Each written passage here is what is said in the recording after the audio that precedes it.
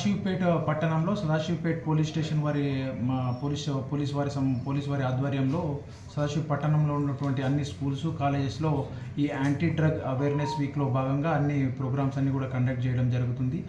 విద్యార్థులందరికీ కూడా ఒక పోలీస్ వారి తరపున ముఖ్య సూచన ఏంటంటే ఎవరు కూడా డ్రగ్స్ తీసుకోవద్దు, డ్రగ్స్కు బలి కావద్దు, వాళ్ళ జీవితాలను నాశనం చేసుకోవద్దు అని చెప్పేసి అని కోరుకుంటున్నాము.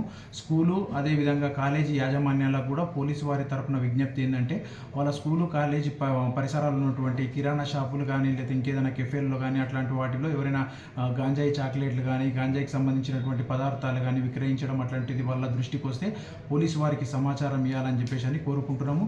ఎవరైనా సొసైటీలో ఎవరైనా డ్రగ్స్ అమ్మడం కానీ కొనడం కానీ ఇట్లాంటి వాటికి పాల్పడితే వాళ్ళ మీద చట్ట ప్రకారం కఠిన చర్యలు తీసుకుంటామని చెప్పేసి అని చెప్తున్నాం. Hi everybody, this is Kiriti Damaraju. Like, share and subscribe to Saira TV.